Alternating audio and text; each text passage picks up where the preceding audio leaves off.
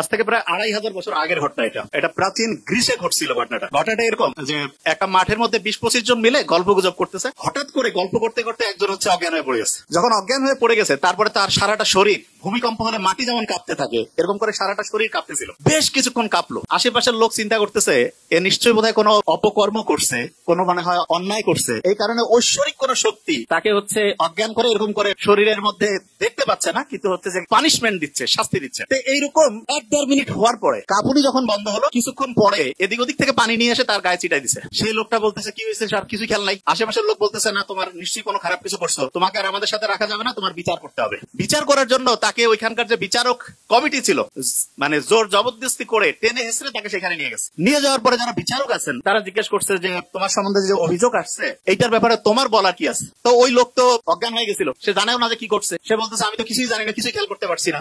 আশেপাশের সবাই বলতেছে যে না, এরকম ঘটনা ঘটছে, সে অজ্ঞান হয়ে গেছিল, তার সারাটা শরীর ভূমিকম্প হলে মাটি যেমন কাঁপতে থাকে তার সারা শরীর কাঁপতেছিল। তখন বিচারকরা এদিক ওদিক তাকাইলো, সবাই একই সাক্ষী দিচ্ছে এবং বিচারকরা বুদ্ধি শুদ্ধি করে বললো যে তুমি নিশ্চয়ই এমন কিছু করছো, এই সমাজে তোমার আর রাখা যাবে না, তোমাকে 1 সপ্তাহের মতো সময় এখানে আমরা আলাদা করে, ওই যে করোনায় আক্রান্ত হইলে যেমন একদম আলাদা করে রাখতো না, শুধু আলাদা করে হচ্ছে যে চেহারা দেখার বুদ্ধি নাই, খাবার দাবার দিত, এরকম করে 1 সপ্তাহ রাখবো।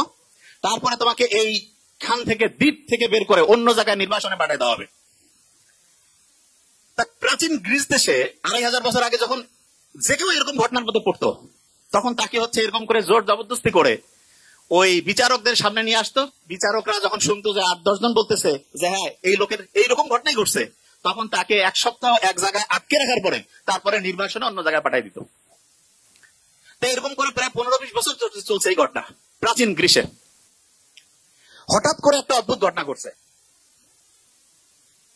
ঘটনাটা হচ্ছে একদিন বিচার চলছে, একজন এরকম অজ্ঞান হয়ে গেছিল, তার শাস্তি, তার পানিশমেন্ট কি হবে এটা নিয়ে যখন বিচারকরা হচ্ছে আলোচনা করছেন, হঠাৎ করে একজন বিচারক অজ্ঞান হয়ে গেছে এবং সেই বিচারকের সারাটা শরীর ভূমিকম্প হইলে যেমন কাঁপে সেই রকম তার শরীরটা কাঁপতেছিল। মানুষজন চিন্তা করতেছে যার প্রধান বিচারক মানে বিচারকদের যে প্যানেল আছে তার মধ্যে প্রধান বিচারক যিনি উনি অজ্ঞান হয়ে গেছে এবং তার সারাটা শরীর কাঁপতেছে। এখন অন্যান্য বিচারকরা চিন্তা করতেছে এনার বিচার কে করবে, এনাকে কি পানিশমেন্ট দেওয়া যাবে কিনা। এবং অন্য বিচারকরা বলতেছে না, আমরা যতদিন থেকে আসি ইনি তো হচ্ছে আমাদের চিফ জাস্টিস, এনার তো কোন রকমের অন্যায় দেখি নাই, কোনো খারাপ কাজ দেখি নাই, সারা জীবন খালি মানুষের উপকার করছে, এই লোক হঠাৎ করে অজ্ঞান হলো কারণটা কি। তখন ওনারা একটা সিদ্ধান্ত নিল যে আচ্ছা এইটার আসলে কি অন্য কোনো কারণ আছে নাকি, সেটা জানার কোনো বুদ্ধি আছে কিনা। তখন হঠাৎ করে একটা লোক হাত তুলছে, হাত তুলে বলতেছে যে গোটাল শরীর নিয়ে গবেষণা করে এরকম একজনের খোঁজ ওনার কাছে আছে। বলছে ঠিক আছে তাহলে ওইখানে আমরা যাই, ওইখানে গিয়ে জানার চেষ্টা করি যে উনি এটার অন্য কোনো কারণ আছে কিনা সেটা বলতে পারেন কিনা। একটা তদন্ত কমিটি ওই সবচেয়ে জ্ঞানী লোক যিনি সারা শরীর নিয়ে গবেষণা করে ওনার কাছে চলে গেছেন, যে গোটাল ঘটনাটা সংক্ষেপে বলে দিয়েছেন।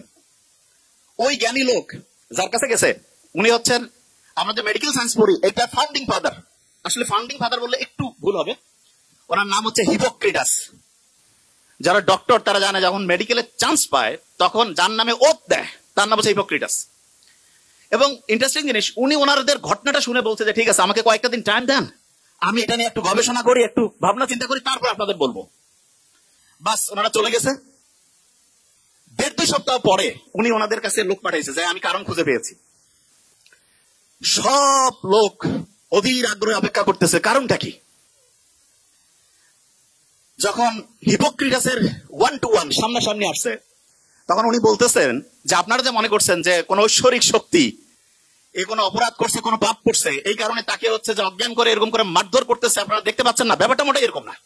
তো ব্যাপারটা কি বলছে, ব্যাপারটা হচ্ছে মাথার মধ্যে বিভিন্ন ক্রিয়া বিক্রিয়া হয়, এই ক্রিয়া বিক্রিয়া 440 হইলে যেমন ওই যে ভোল্টেজ আছে না, এমন হয়ে যায়, দেখা যাচ্ছে মেশিন টেশিন সব অকেজ হয়ে গেছে, ওর মাথা ওই সময় অকেজ হয়ে গেছে এবং এই কারণে সেন্সলেস হয়ে গেছে এবং সারাটা শরীর কাঁপতেছিল। এই কথা শোনার পরে অনেকে একটু বিশ্বাস করছে, অনেকে একটু অবিশ্বাসও করছে যে বিচারককে বাঁচানোর জন্য এরা কোনো ভিতরে ভিতরে কায়দা কানুন করছে নাকি। ওনারা ওইখান থেকে হিপোক্রেটাসের কাছ থেকে যখন ফিরে আসছে, আসার পরে ওনাদের কাছে আলাদা করে একটা লোক ওইখানে বন্দী করা ছিল, কিন্তু ওনা নির্বাসনে পাঠায়নি। কেন? কারণ হচ্ছে যে বিচারক নিজেই হচ্ছে যে অজ্ঞান হয়ে গেছে, যে আসলে কারণটা কি সেটা না জানা পর্যন্ত বের করা যাচ্ছে না। তখন করছে কি, এরা একটু রাগান্বিত হয়ে করছে যে না, নিশ্চয়ই সামথিং ইজ রং, কোথাও যেন একটা মিস্টেক হচ্ছে। কয়েকজন যে মাথা আঘাত করে দ্বিগণ্ডিত করে ফেলছে। মাথার খুলি যদি খুলে ফেলে তখন দেখা যাবে যে একটা গ্লাসের মধ্যে যদি পানি রাখি, ওর মধ্যে মাখন রাখলে যেমন হয়, গোটাল মাথাটার মধ্যে আমাদের ব্রেনটা অনেকটা মাখনের মতো।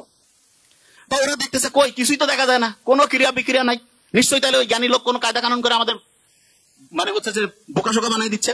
এরা আবার ওইখানে দৌড়েছে, যাওয়ার পরে বলছে যে কই আমরা তো কোনো ক্রিয়া বিক্রিয়া দেখতে পাচ্ছি না।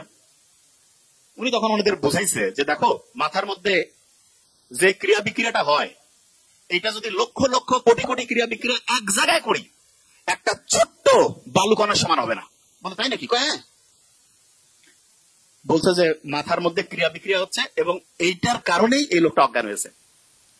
আজ থেকে 2500 বছর আগে, যখন কোনো টেকনোলজি ছিল না, কোনো পরীক্ষা নিরীক্ষা ছিল না, তখন হিপোক্রেটাস এই ঘটনাটা বলছে। এবং এখন আমরা হচ্ছে মাথাকে স্ক্যান করি। স্ক্যান করার জন্য একটা পরীক্ষার নাম আছে, আমি কিন্তু ধরবো, বি কেয়ারফুল। পরীক্ষাটার নাম হচ্ছে ইইজি। কি নাম? আচ্ছা, মনে রাখার একটা সহজ বুদ্ধি বলি। হার্টের পরীক্ষা করার জন্য ইসিজি করি না, মাঝখানে সিটা কেটে দিব, সি এর জায়গায় ই দিব, ইইজি। কি নাম? ইলেকট্রোএনসেফালোগ্রাম। মানেটা কি? ব্রেইনের মধ্যে প্রতি মুহূর্তে তরঙ্গ চলতেছে, ঢেউ। আমি তো বলি কি যে আমাদের ব্রেইনটা হচ্ছে একটা সমুদ্রের মতো। সমুদ্রের কথা শুনলে প্রথম মাথায় কি আসে? ঢেউ। অ্যাবসলিউটলি ঢেউ। প্রত্যেক মুহূর্তে ব্রেইনের মধ্যে ঢেউ চলতেছে।